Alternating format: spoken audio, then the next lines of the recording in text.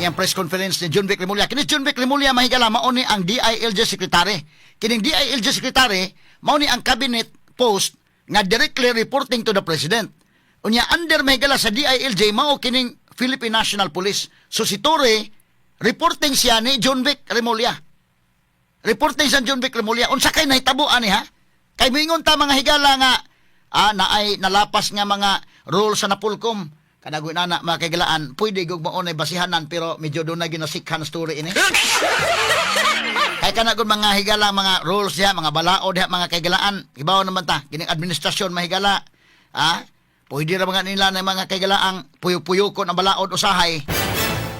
Pwede lang puyo-puyokon ang balaod usahay. Pero nganong wa man nila ni mapuyok-puyok ni ining Torre. Dunay kakulian gyud. Dunay gilawom pa gyud mahigala. Dunay pailawom ani. Unya si Torre posible nalimot nga si Remulla mausad ang pangumang higalas na Polcom. Ngawa niya tumana mga higala ang order nga ihunong ang iyang mga gipatuman nga reshuffling within the PNP. Iya mga higalang gib. Naghimo sa mga kamanduan, dunay na dimot, dunay na promote, dunay mga assignments ba? Nya kinahanglan man kang mananghid mga higala sa doon naman ay mga rules din ha. Nga kinalan niya mo, sanghit po ka sa Napolcom, dili kay imo-imo lang na nga magmalsalo kag imo. Nya mo, nanghit po kang John Vic. Nainsulto ba ka John Vic Remulla ni unsa ba kang hitabua? O niya, hibaw na kakining PNP mga higala o kining sa military, tandugunon ba yun na sila? Muna medyo kisaw yun. Atong paminaon mga higala ng press conference. Kasi Torre, di man ni ha? Si Torre maoy una mga higala nga PNP chief nga gikan graduado mahigala sa Philippine National Police Academy, PNPA. Kay sa una mga kaigalan kanang head sa military. Gikan mo sa PMA, astan sa police, PMA man gikan. So first time unang higayon nga dunay graduate sa PNPA nga nahimong PNP chief ug kana mao mahigala si General Nicolas Torre. Ug unang higayon po hinoon nga dunay PNP chief nga boksidor.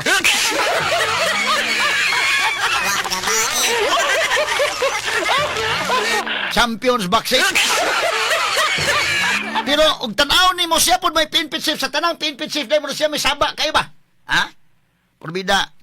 Og ikaw ganahan kay kang Torre mo apil kag kaguol, Pero kato nasuko ni Torre maka ambak-ambak sa dato na to na gigabaan na. Pero ato sa ning karohon kay basig itulo niya laing posisyon.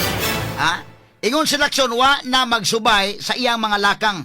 Nihimo og orders beyond sa iyang authority. Wa mananghid sa presidente, sa DILG o sa Napolcom sa iyang mga gipanghimo mahigala nga reshuffling sa mga high-ranking official sa PNP. Monay na sukan mahigalang John Vic kay kinalan maguna nga kwan kini ni ang mo sangid sa kabisat pa man og hawd ka diha sa PNP organization ikaw mo ay PNP chief. Una-hunaan na pa man kay boss. Kanang imong boss mahigala matandog basang garbo ana og nga magbutbuot na sa kag imo. Unya, ato na explain na to ha. Anya tataod naman na sa 48 law of powers, no? Naana diha mga higala nga kana na ang og imong tan-aon mga sukid tig paminaw medyo kuana meaning dunay kakulian ato explain pa ng 48 laws of power. Sa 48 laws of power, usa diha mahigala ni ingon 48 laws of power nga libro. Ang author na si Robert Greene, o makabasa ka na nga libro, usa dito mahigalang gibutang nga do not outshine the master.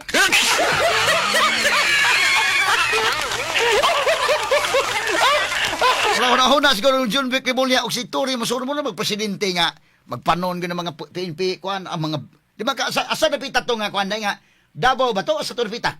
At ang ngingiga niya sakay sa mahigala sa katong iyang sakyanan mahigala nga itom o color nga Land Cruiser. Pero nag-una to mga taga HPG ngingiga oy. Grabe mga entourage. Una-una si John Vic Remulla murag lupig ko nimo da.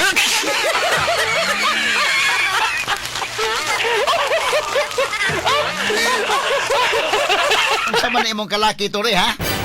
Malagmit kana mahigala daghan nga mga kini Tara ko dong, audio dong, napay banda. Presidente na may butangan ani. Yes, John Vic Rimulya, di ba niyon? John Vic. Ikaw, Tore, binuang ng imo, ha? Oo.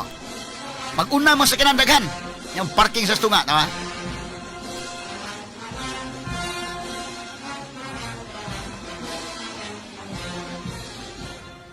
Sugat banda, o to. O na kining ito mo sa kanan mo na diha sa sakay. Yan, naog. Kaya mga security. Yan, naog siya, o. Mura yung kanang, mura niabot mga presidente ka ba? Labaw pas presidente. O. Hasta ngilngiga. Asa magkamingita na? Si Trump, manaog ginanaday, okay lang ang presidente. Pero kinilaba pa siya, nag-una ang taga-HPG, ngilngig kayo lagi ang mga entourage. Una-una si John Vic Rimulya binu, ang imo, lupig ko ni mo da.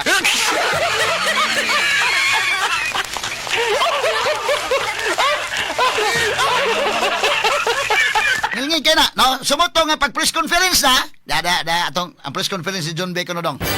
Atong paminahon tong press conference si John Vic kahapon, mga higalan, DILG Secretary. O, kana. Thank you very much. Good morning to all of you. Thank you very much for your presence here. I have a statement from our department. The palace affirms that President Ferdinand Marcos Jr. has made the difficult but necessary decision Oh, freeze. to relieve So matod pa niya ang palasyo ni affirm na, no? Ang Malacañang nga nihimo sa difficult gyud nga desisyon, no? But necessary day. Dili nilalim, tinuod na dili lalim mahigala sa Malacañang ilang inanaon si Tore despite sa gihimo ni Tore mga higala mo na madangatan ni Tore. Mura si Tore ana makaingon nga mo ni akong gihimo tanan nya mo ni inyong ibawas nako.